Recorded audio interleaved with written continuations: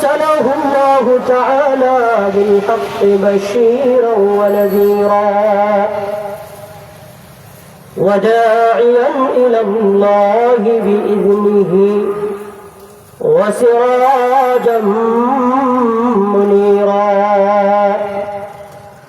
أما بعد فأعوذ بالله من الشيطان الرجيم بسم الله الرحمن الرحيم يا أيها الذين آمنوا اتقوا الله وكونوا مع الصادقين صدق الله العظيم اللهم صل على محمد وعلى آل محمد كما صليت على إبراهيم وعلى آل إبراهيم إنك حميد مجيد اللهم بارك على محمد وعلى آل محمد كما باركت على إبراهيم وعلى آل إبراهيم إنك حميد مجيد الحمد لله ঐতিহ্যবাহী দক্ষিণ নজনপুর পঞ্চায়েতি মসজিদ কর্তৃক আয়োজিত আজকের ওই তাফসীরুল কোরআন মাহফিল, উক্ত মাহফিলের সম্মানিত সভাপতি সাহেব, উপস্থিত মুআজ্জাজ মুকাররম উলামায়ে কেরাম, যুবক বন্ধুগণ, স্নেহের ছোট ভাই, পর্দার আড়ালে অবস্থানরত অত্যন্ত শ্রদ্ধেয় সম্মানিত মা ও বোনেরা, আমরা মহান রব্বুল আলামিনের দরবারে সকলে মিলে শুকরিয়া আদায় করি, বলি আলহামদুলিল্লাহ। মুহতারাম হাজিরিন, আমি আপনাদের সামনে পবিত্র কোরআনে কারীমের একখানা আয়াত তিলাওয়াত করছি। এই আয়াতখানাকে সামনে রেখে অতি সংক্ষেপে কিছু কথা বলার চেষ্টা করব, যে কথাগুলো আপনার আমার নাজাতের জরিয়া হিসেবে কবুল করেন আল্লাহ তাআলা।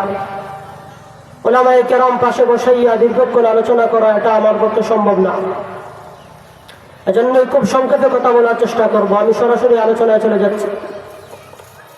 মুহতারাম হাজিরিন, আমি আপনাদের সামনে যে আয়াতে কারিমা পাঠ করেছি, এই আয়াতের মধ্যে আল্লাহ তাআলা আমাদেরকে ডেকে দুটি আদেশ করেছেন।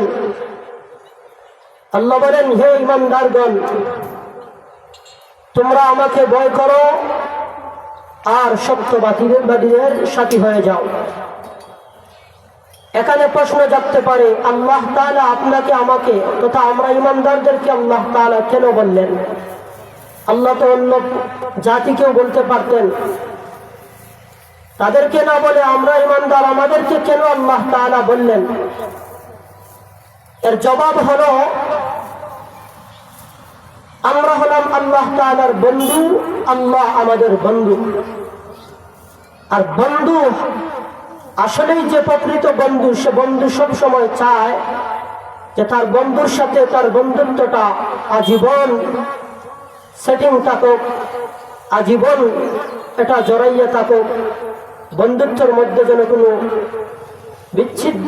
বিচ্ছিন্নতা সৃষ্টি না হয়। এজন্যই আল্লাহ তাআলা আমাদেরকে বলেছেন। আল্লাহ তাআলা যে আমাদের বন্ধু, সে কথা আল্লাহ নিজেই বলতেছেন, আল্লাহু ওয়ালিয়্যুল্লাযীনা আমানু। আল্লাহ বলেন, মুমিন যারা, তারা আমার বন্ধু, আমি তাদের অভিভাবক, আমি তাদের বন্ধু। এজন্যই প্রকৃত বন্ধু কে হবে? আমরা আল্লাহ তাআলার সঠিক বন্ধু, প্রকৃত বন্ধু কখন হতে পারবো, সে কথা আল্লাহ তাআলা অন্য আয়াতে বলতেছেন, আলা ইন্না আউলিয়া আল্লাহ লা খাউফুন আলাইহিম ওয়ালা হুম ইয়াহজানুন। الذين آمنوا وكانوا يتقون আল্লাহ বলেন তারাই আমার প্রকৃত বন্ধু, যারা আমার প্রতি ঈমান আনছে এবং আমাকে ভয় করে দুনিয়ার জীবন পরিচালনা করেছে। এজন্যই আল্লাহ তাআলা আমাদেরকে বলছেন আল্লাহ তাআলাকে ভয় করার জন্য। এখন আসেন, আমরা আল্লাহকে ভয় করলে আমাদের ফায়দা কি হবে? আল্লাহ বলেন তুমি মুত্তাকি হতে পারবা, আর যে মুত্তাকি হবে সে হেদায়েতের রাস্তা পাবে। আর যারা আল্লাহ তাআলাকে ভয় করে তারা সব সময় সর্বাবস্থায় গুনাহ থেকে বেঁচে থাকতে পারে। যেমন খলিফাতুল মুসলিমিন ওমর রাদিয়াল্লাহু তাআলা আনহু রাত্রিবেলা নিজ দেশে নিজ এলাকায় ঘুরাইতেছেন, ফিরতেছেন যে কোথায় কোনো গুনার কাজ হচ্ছে কিনা, আমার রাষ্ট্রের ভিতরে কোনো অন্যায় কাজ হচ্ছে কিনা। দেখতে দেখতে এক পর্যায়ে দেখলেন এক ঘরের মধ্যে মা আর মেয়ের আলোচনা চলতেছে। মা বলতেছে মেয়েকে, মেয়ে আমাদের বকরি আজকে দুধ কম দিয়েছে, তাই দুধের মধ্যে পানি মিশাইয়া দাও। মেয়ে বলতেছে না না, উমর রাদিয়াল্লাহু আনহুর নিষেধ, যে উমর বলেছেন যে দুধের মধ্যে পানি মিশানো যাবে না। মা বলতেছে এবার উমর কি দেখতেছে? তখন মেয়ে বলতেছে উমর যদিও দেখতেছে না, উমরের আল্লাহ তো দেখতেছেন, আল্লাহ তো উমরের কাজ পর্যন্ত পৌঁছাইয়া দিবেন, কারণ উমর তো সেই উমর যার ব্যাপারে রাসূল বলতেছেন লাউ কানা বাদি নাবিয়্যান লাকানা উমর।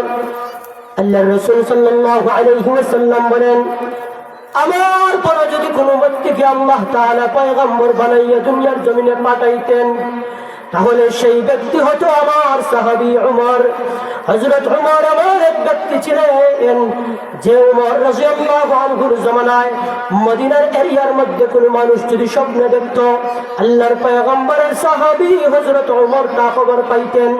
আল্লাহর পয়গম্বরের সাহাবী হযরত আলী রাদিয়াল্লাহু তাআলা আনহু বলেন আমি একদিন রাত্রিবেলা ঘুমাইলাম, ঘুমের ঘরে স্বপ্নে দেখি আল্লাহর রাসূলের পিছনে আমি ফজরের নামাজ আদায় করতেছি। ফজরের নামাজ আদায় করার পর আমি আল্লাহর রাসূলের সামনে বসলাম, সাহাবায়ে কেরাম আল্লাহর রাসূলের সামনে বসলেন। এমন অবস্থায় আল্লাহর পয়গম্বরের কাছে এক মহিলা আসলো, তার কাছে কিছু খেজুর নিয়ে সে আল্লাহর নবীর কাছে উপস্থিত হলো আর বলল পয়গম্বর আপনার জন্য কিছু খেজুর হাদিয়া নিয়ে আসছি, আপনি এই খেজুরগুলো খান, আপনার সাথীদেরকে খাওয়াইয়া দেন। আল্লাহর পয়গম্বর হযরত আলী রাদিয়াল্লাহু তাআলা আনহুকে উপস্থিত করলেন, করে বললেন ও আলী এই খেজুরগুলো মানুষের মধ্যে বন্টন করে দাও। তখন হযরত আলী খেজুর বন্টন করে দিলেন। শেষ পর্যন্ত হযরত আলীর পাটে আল্লাহর পয়গম্বর একটা খেজুর দিলেন। ঘটনাক্রমে আল্লাহর রাসূলের সাহাবী এমত অবস্থায় হযরত বেলাল সত্যি সত্যি ফজরের আযান দিয়ে দিলেন। কিন্তু ফজরের আযান দেওয়ার পরে হযরত আলী যখন ফজরের নামাজে গেলেন, যাইয়া দেখেন হযরত উমরের ইমামতিতে নামাজ চলতেছে। আল্লাহর পয়গম্বরের সাহাবী হযরত আলী উমরের পিছনে নামাজে দাঁড়াইয়া গেলেন। এমনই অবস্থায় আল্লাহর নবীর স্বপ্নের মতো উমরের কাছে দেখেন হযরত উমরের কাছে এক মহিলা খেজুর নিয়ে আসছে। তখন উমর রাদিয়াল্লাহু তাআলা আনহু ওই মহিলাকে ওই আলী রাদিয়াল্লাহু আনহুকে দিয়ে খেজুর বন্টন করে দিলেন। তখন হযরত আলী উমর রাদিয়াল্লাহু তাআলা আনহু হযরত আলীকে একটা খেজুর দিলেন। আল্লাহর পয়গম্বরের সাহাবী হযরত আলী বলেন হে উমর আমাকে কি আর অন্য কোনো খেজুর দেওয়া যায় না?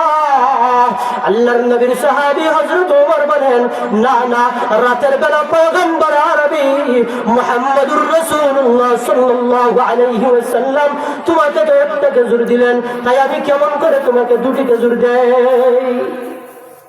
এই হলো উমর। তখন ওই মেয়ের কথা শুনে হযরত উমর ওই জায়গার মধ্যে বসেই সিদ্ধান্ত নিলেন এই মেয়েকে আমার পুত্রবধূ বানাতে হবে। তো মুহতারাম হাজিরিন, উমর রাদিয়াল্লাহু তাআলা আনহু ওনার পুত্রবধূ বানাইয়া নিলেন।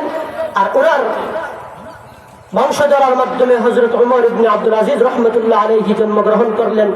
তাহলে দেখেন একজন মানুষ তাকওয়ার দ্বারা কি হলো, তাকওয়ার দ্বারা গুনাহ থেকে বাঁচতে পারলো, তাকওয়ার দ্বারা একজন মানুষ একজন খলিফাতুল মুসলিমিন ওমর রাদিয়াল্লাহু আনহুর পরিবারের মানুষ হতে পারলো। এজন্যই আপনি আর আমি যদি আল্লাহ তাআলার কাছে দামি হতে হয় তাহলে আপনি আর আমিও কি করতে হবে? তাকওয়া নামক জিন্দেগি আপনার আমল নামা